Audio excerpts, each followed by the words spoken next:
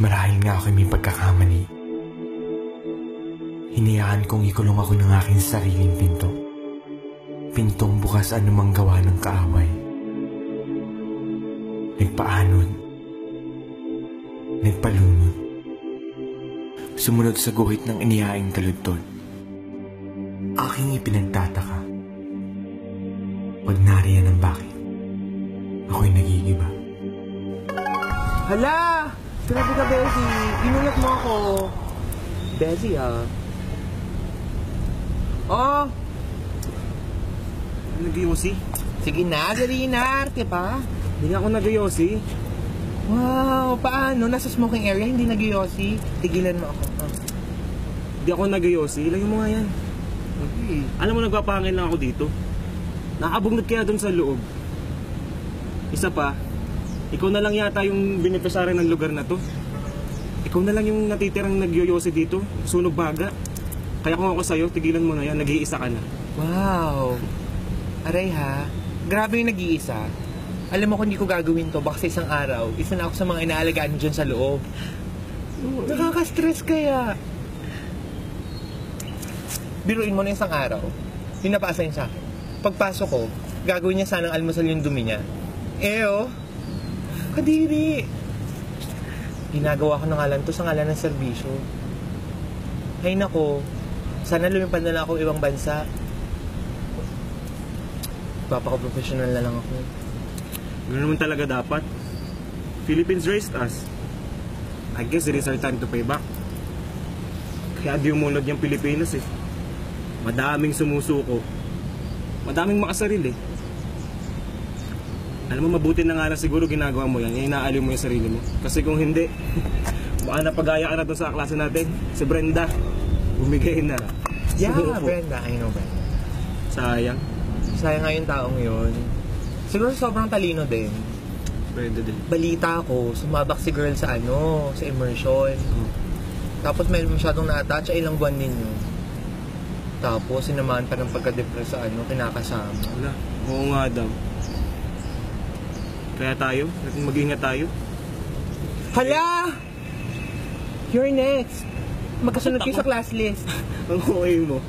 Paul Marco Medina, siya ay Brenda Maala. You're next. Ay nako, tigilan mo ako baliw. Sa'yo. Ano yan? Phone. Alam ko, hindi yan tinitingnan mo. Ano yan? This is my hobby. Ito na lang nag-aaliw sa akin. I've loved photography ever since. Dito ko na nilalabas ang creative juice ng katawan ko. Look at this one. Tingnan mo itong shot na to. That one's perfect. Yung lutong, yung lapat ng balat, yung angulo, yung framing, even the ISO. There's something strong with that one. Konti lang naka-appreciate. Bakit naman? Parang okay lang naman ah. May mali pa rin.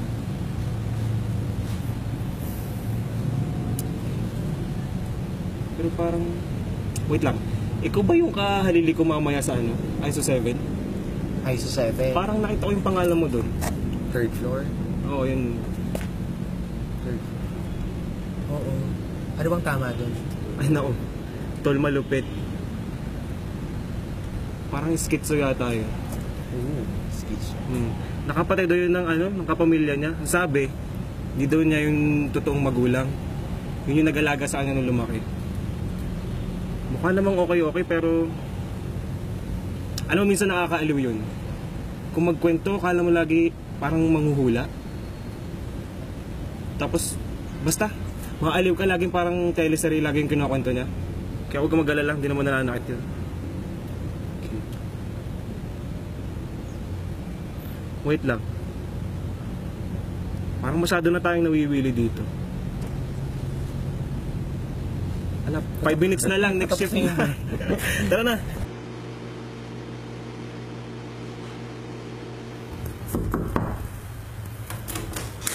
Good morning, kuya! Kumusta kayo? Kuya, later magte-therapy tayo, ha? Mag-drawing tayo para malaman natin kung ano lagay nyo. Mapala kuya ko nga pala si Leo. Hindi ako napasayin sa inyo. Huwag kayong mag-alala, my friend.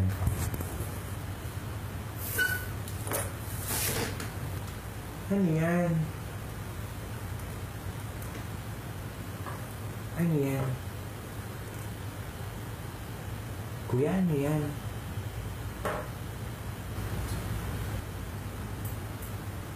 Pasensyahan mo na, ha? Bakit kasi?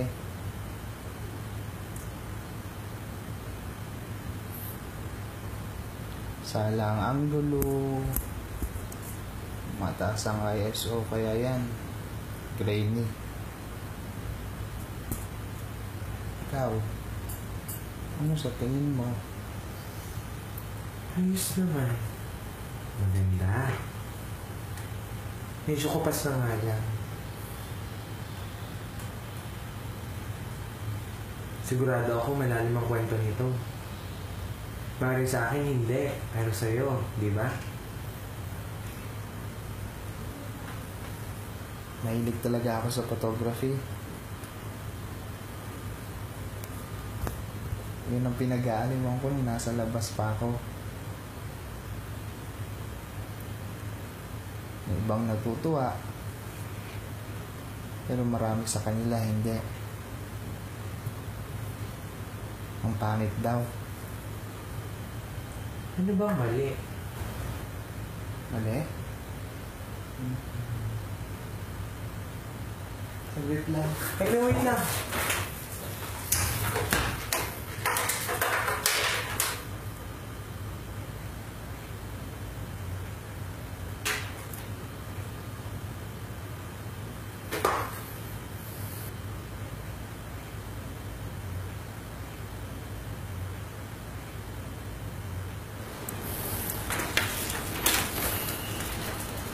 Ano yan?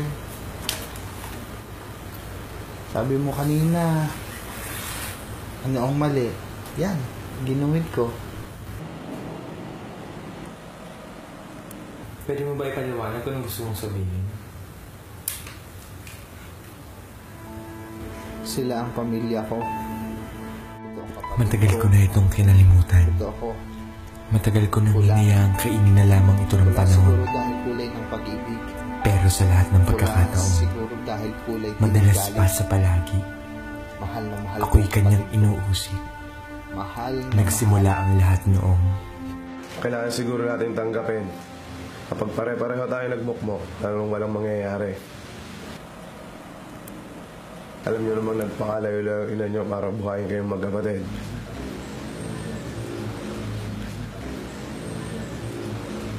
Dito muna kayo sa akin. Sa akin kayo iniwan ng ina niyo. Huwag kayong mag-alala, aalagaan ko kayo. naging maayos naman ang lahat.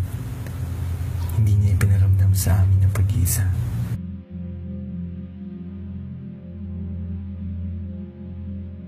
Sakto ba to? Siguraduhin mo hindi mo ako dinudugasan, ha? Oo, boss. Tagal na nating ginagawa ito eh. Ako pa ba? Puta. Hindi ko nga Okay, lang boss. alam Mauna na ako. kung bakit ihip ng hangin ay nag-iba. Kaya, bilisan mo! Bilisan ako! Sige, naman yan! Ang buhay ko'y parang isang tula. Tulang inalisan ng kulay. Tulang matagal ko nang gustong tuldukan. Ayun na nga. Minsan gabi, kumangos ako sa kalsingan. Hinubad ang damit. Nagpatihulog sa bani. Akap-akap ang mabangos ng pagita. Bubot, ngunit mapagrarausan na. Ngayong gabi, humangos siya sa kalasingan. Pinalaya si kumpare ng kanyang misis. Kaya sa amin muna nagpalipas ang dami. Akap-akap ang sampagita. Bubot. Ngunit mapagrarausan na nilang dalawa. Marahil sa amoy ng sampagita siya'y nananawa. Natusing sa mura ngunit nabilas ang sigla. Udyok ni kumpare sila'y mag-iba. Nais ay ilang-ilang pagrarausan nila. May kailangan po kayo? Wala.